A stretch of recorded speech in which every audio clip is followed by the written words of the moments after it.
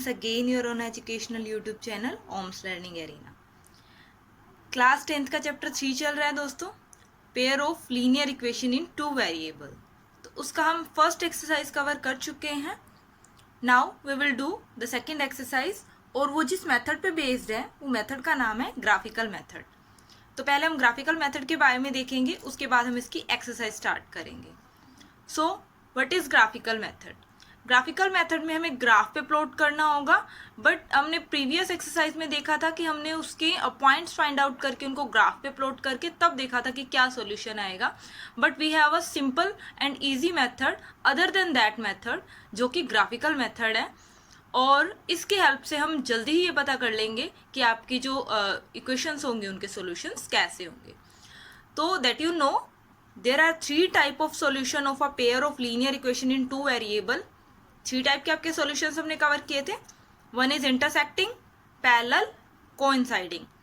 Intersecting में था कि आपकी जो 2 इक्वेशंस थी उनकी लाइंस इंटरसेक्ट करे एट अ सिंगल पॉइंट, तो उसके लिए यूनिक और वन सॉल्यूशन रहेगा। जो आपका पैरेलल है उसके अंदर आपका रहेगा कि जो दोनों इक्वेशंस की लाइंस रहेंगी वो पैरेलल रहेंगी, एक दूसरे को कट नहीं करेगी किसी भी पॉइंट पे, तो उसके लिए हमारा नो सॉल्यूशन, बिकॉज वो कट करेंगे तभी हमें कोई सॉल्यूशन मिलेगा। पैरेलल में वो नो कट नहीं करती है तो आपको सॉल्यूशन भी नहीं मिलेगा। Third one is coinciding.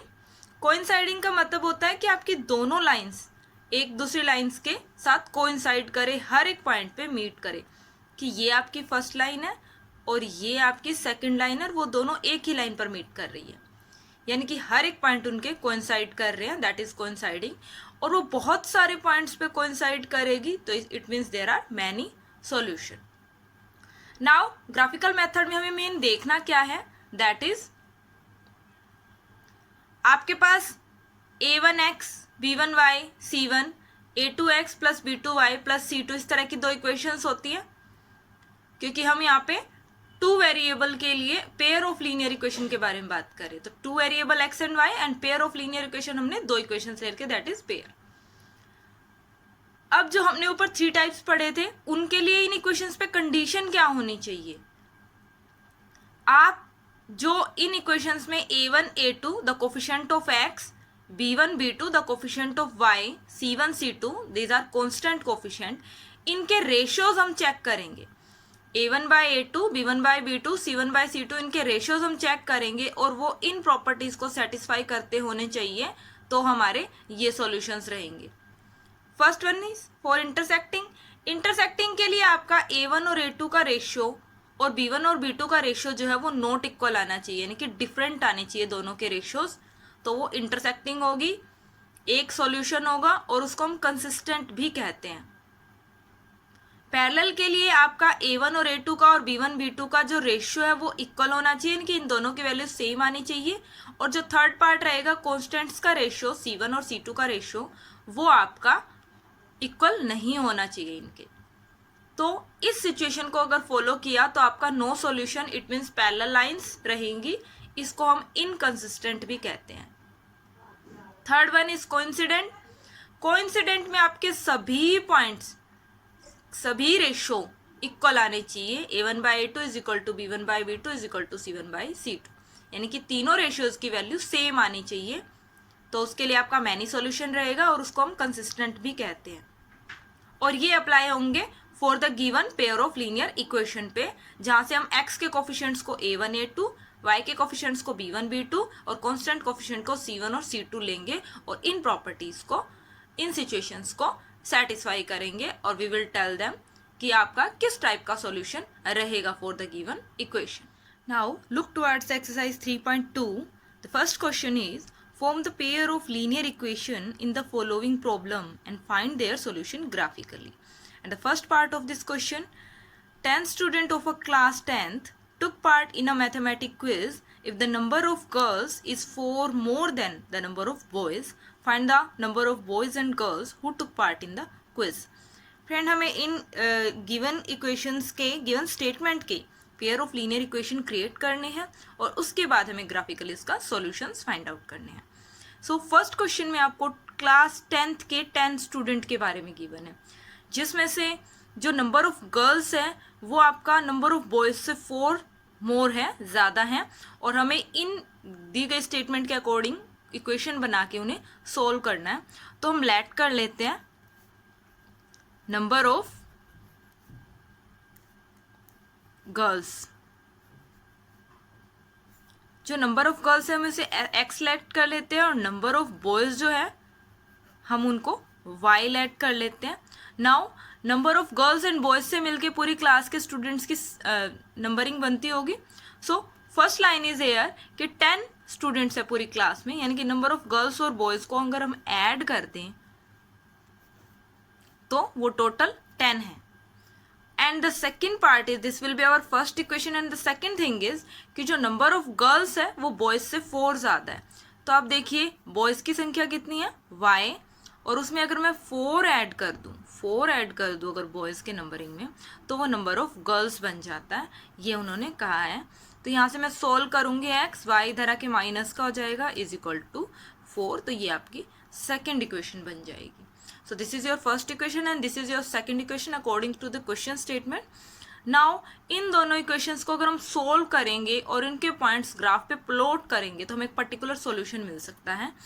सो इनके लिए वही हम मेथड यूज़ करेंगे जो हमने प्रीवियस एक्सरसाइज में यूज़ किया था।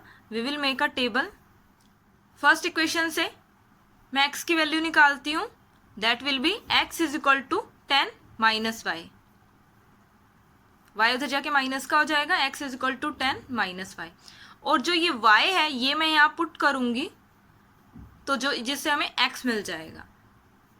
सो मैं y फर्स्टली यहाँ पे 4 पुट करती हूँ, तो 10 माइनस 4 इज इक्वल टू 6, और जब मैं y को 6 पुट करती हूँ तो 10 माइनस 6 इज 4। आप कोई भी नंबरिंग ले सकते हैं but that should be nearest to each other, ताकि आपको ग्राफ प्लॉट करने में ज़्यादा दिक्कत ना हो। सिमिलरली हम इसमें करेंगे, यहाँ से मैं x की वैल्यू निकालूंगी, x is equal to 4 plus y, और यहाँ पे मैं y पुट करूंगी। मैं फर्स्टली y को 0 पुट कर देती हूँ, 4 प्लस 0 इज 4, फिर 1 पुट कर देती हूँ, 4 प्लस 1 इज 5। तो ये आपको पॉइंट्स मिल चुके हैं। नाउ इन पॉइंट्स को आप ग्राफ पे प्लॉट करना and then find the solution. अब अगर आपकी ये पॉइंट्स के जो लाइन होंगी वो एक सिंगल पॉइंट पे कट करती होगी, तो ग्राफ पे आप उस पॉइंट को नोट करना कि वो पॉइंट क्या है, वही पॉइंट आपका इन दोनों का x और y के कॉरस्पॉन्डिंग सॉल्यूशन होगा। x means number of girls और y means number of boys.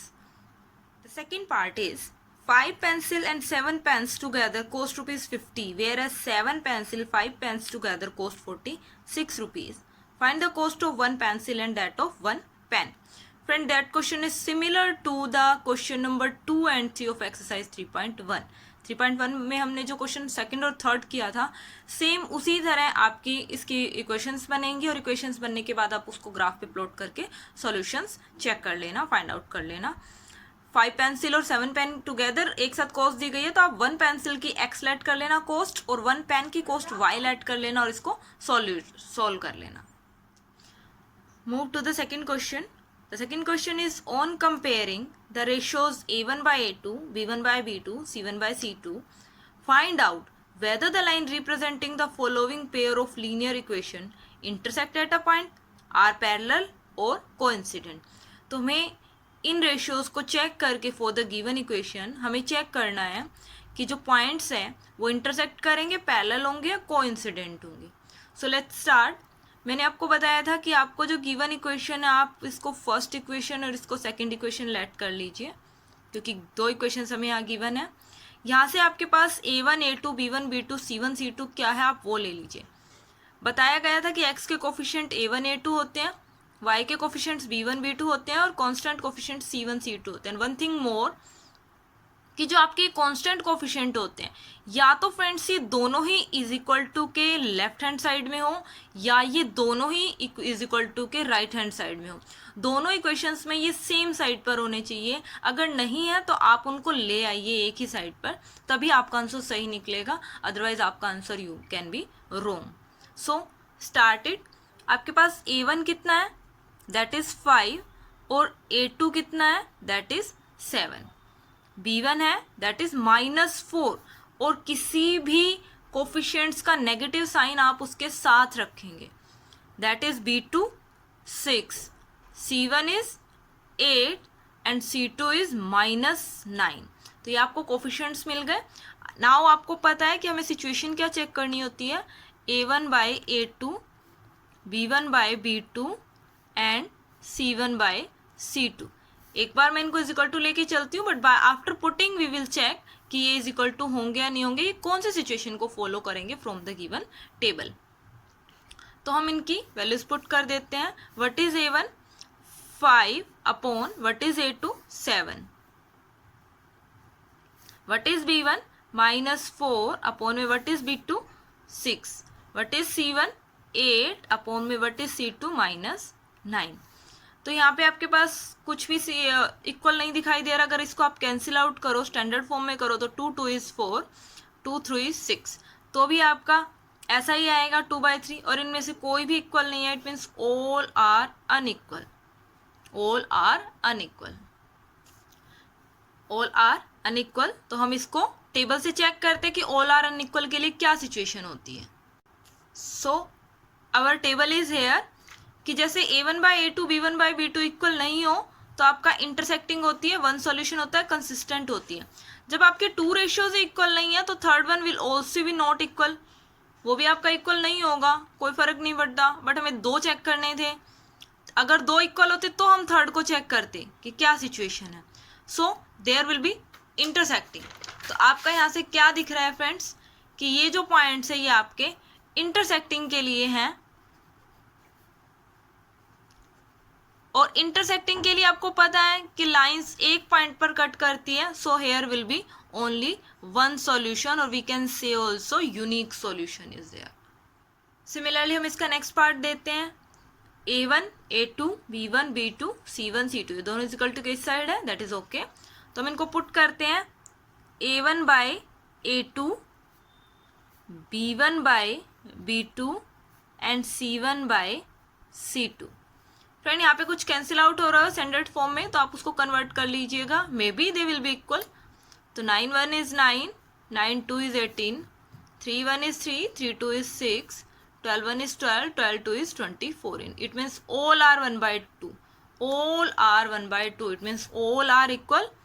We can say A1/A2 is equal to B1/B2 is equal to C1/C2. All are equal. तो इसके लिए हमारे पास क्या सॉल्यूशंस थे, चेक दैट। जब आपके all lines are equal, all ratios are equal, तब आपका कोइंसिडेंट था। कोइंसिडेंट मीन्स लाइन पर line all solutions will coincide, it means there are many solution, और उसको हम कंसिस्टेंट भी बता सकते हैं। So we can say here coincident line will be there,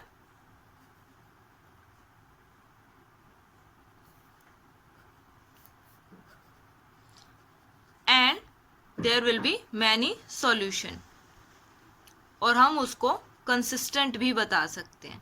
हम इसके सभी सॉल्यूशन लिख सकते हैं। बाय द वे, वैसे उन्होंने जो पूछा हो हम उसी के अकॉर्डिंग आंसर देंगे, बट आपको ये सब पता होना चाहिए। और इसका थर्ड पार्ट भी हम सिमिलर तरीके से करेंगे, so that's try yourself. The question number third is, on comparing the ratios A1 A2 B1 B2 C1 C2, find out whether the following pairs of linear equation are consistent or inconsistent. Similar to the question number previous, but इसमें उसमें हमें parallel, coincident और intersecting बताना था, और इसमें हमें consistent और इनकंसिस्टेंट बताना है। आपको पता है कंसिस्टेंट सिर्फ दो के लिए था, इंटरसेक्टिंग के लिए और कोइंसिडेंट के लिए, और इनकंसिस्टेंट था फॉर पैरेलल। तो हम सेम वे से इसके रेशियोज चेक करेंगे और उसके बाद हम उससे कंसिस्टेंट और इनकंसिस्टेंट बता सकते हैं। सो A1/A2 it means 3/2, B1/B2 it means 2/-3, because B2 is -3, and ये दोनों इज इक्वल टू किस तरफ है, तो they will be C1 C2, तो C1/C2। सो इनमें से कोई भी आपका इक्वल नहीं है, और जब all are unequal it means first intersecting रहेगा, क्योंकि हमें सिर्फ दो ही चेक करेंगे हम फर्स्टली, A1 और A2। अगर ये इक्वल नहीं है तो C1/C2 भी इक्वल नहीं होगा, उसके लिए हम बाद में देखेंगे। तो ये रहेगा आपका इंटरसेक्टिंग के लिए, और इंटरसेक्टिंग के लिए आपका होता है consistent. So you will write the solution will be consistent. Similarly आप इस क्वेश्चन के रेस्ट पार्ट्स को ऐसे उनका रेशियो चेक करके चेक कर लीजिएगा कि वो इंटरसेक्टिंग है, पैरेलल है या कोइंसिडेंट है, और उसके लिए मैंने आपको कंसिस्टेंट और इनकंसिस्टेंट की प्रॉपर्टी बता रखी है, तो you can give the answer. Try the rest part yourself.